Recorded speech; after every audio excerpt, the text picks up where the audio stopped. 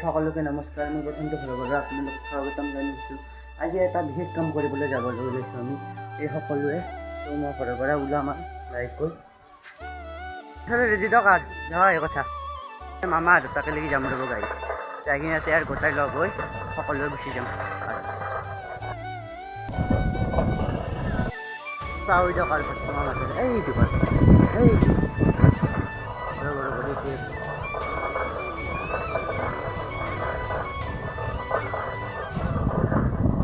এইটোৱেই দোকান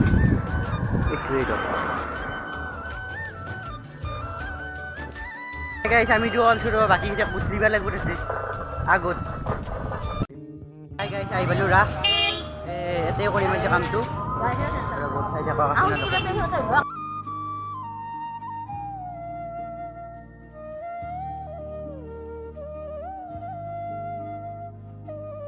আজি কামটো মানে কেনেকুৱা জানেনে আপোনালোকে ৰাসত যিসকল মগনীয়া কাম সেইসকলক আমি কিবা এটা দিবলৈ চেষ্টা কৰিম।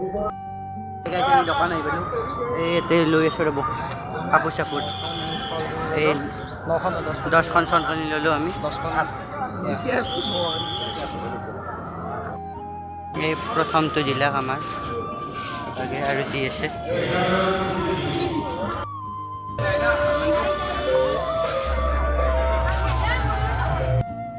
হাই গাইছ আপোনালোকে জানে কালি আমি 3জন মানুহক দিবলৈ সক্ষম হ'লোঁ। আজি যোৱা কথা আছিল কিন্তু আজি মই নগ'লোঁ এটা কিবা প্ৰব্লেমৰ বাবে।